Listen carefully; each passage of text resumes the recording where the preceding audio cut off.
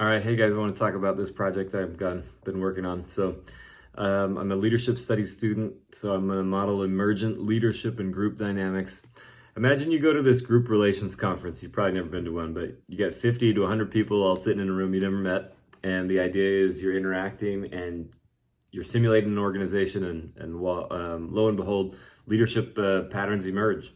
Why do they and how do they? Well, there's some great qualitative research out there about that, but there's not a lot of very quantifiable stuff that allows us to predict and maybe guide or maybe more precisely measure this sort of stuff.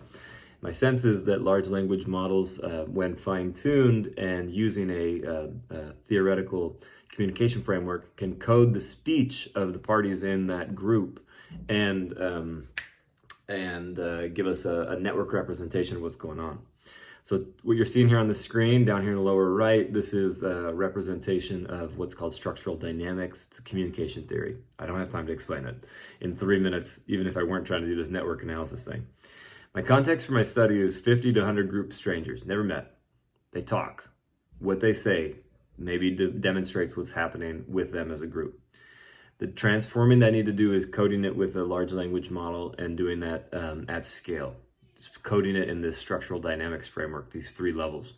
The research question is, could that speech analysis review, analyzed via a network, actually corroborate what people are experiencing? So it's a mixed method study. I want to quant measure and then qual interview and see if they get corroboration. All right, so how am I going to design it? With a temporal multiplex multigraph, of course, directed multigraph. Nodes are going to be group members with various properties, both predetermined and those that are dynamic and emerge throughout the course of the study.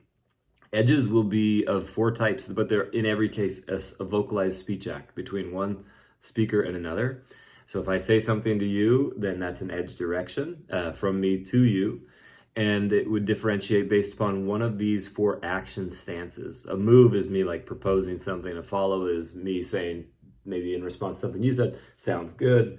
An oppose is me resisting or suggesting something else.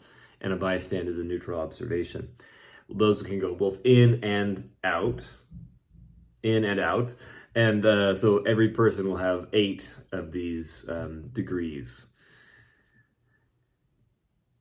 weighted by recurrence. Okay, and then multiplex, taking snapshots of these across time so we can measure how the group is changing and forming and taking its shape, okay? And we'll differentiate every level of the multiplex with a new speech act. So the first speech act, we got 1. Second one, now we're already onto our second level, and away we go. No need for interlayer edges because the nodes are the same at every level.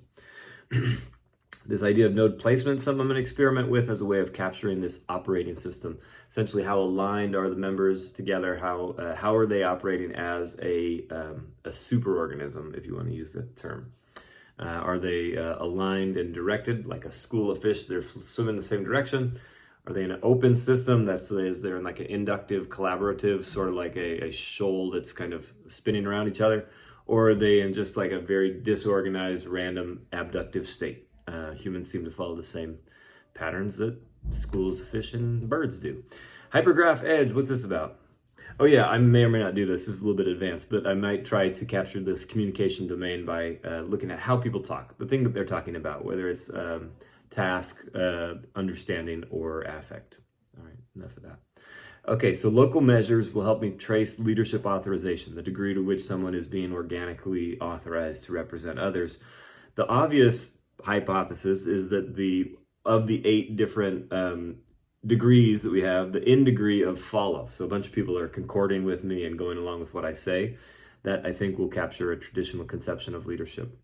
But there are other things. I'll just tap these on the screen so we can talk about them quickly. Reciprocity, along all 8 of those degrees, I think will help identify where there is pockets of cordiality, unity, or mutuality. I'm proposing, you're coming and following to me. Now you're proposing to me and I'm following to you, right? So we're doing some turn taking. You lead me a little bit, I lead you a little bit. Betweenness as and then, so transitivity, the closed triangles thing, proportion of triples that are triangles, that is, I think, is going to correspond with this open operating system. Hub authority, the presence of authorities might designate that we're kind of in alignment around somebody, following somebody as a group. Betweenness, I think, will correspond to this random operating system. Small world networks might be happening. People are breaking away from assortative mixing and kind of stepping across groups. We should see some of that. All right, fourth slide, tracing group dynamics. Degree distributions in all 8 of those types will be interesting because roles will typically emerge in this sort of setting. We'll be able to see specializations, balance for power, struggle for power. Self-organizing criticality, the group ought to kind of come together like a sand pile in a closed operating system and then cascade and break into a random and then come to open and close and do this. We'll be able to see how that tracks. There's various different ways. I kind of hinted at this a second ago about assortativity. So where we see homophily being high, then we ought to assume some things about the operating system. Time does not allow. Time between snapshots will help also to identify turn taking in the system and essentially how much they're speaking as one as opposed to subgroups. For me, the challenges include the fact that these are almost all new tools, both in the data capturing, speaker deorization is not trivial, speech act differentiation, coding it all, doing it at scale, and managing it all in Python. All 3 of those things are going to be new for me. In addition to the fact that it's just, I think, a complex structure, a backup plan to simplify a little bit would be to ditch the idea of the multiplex and just take a look at the network as a whole, like say at the end of the hour that I'm studying.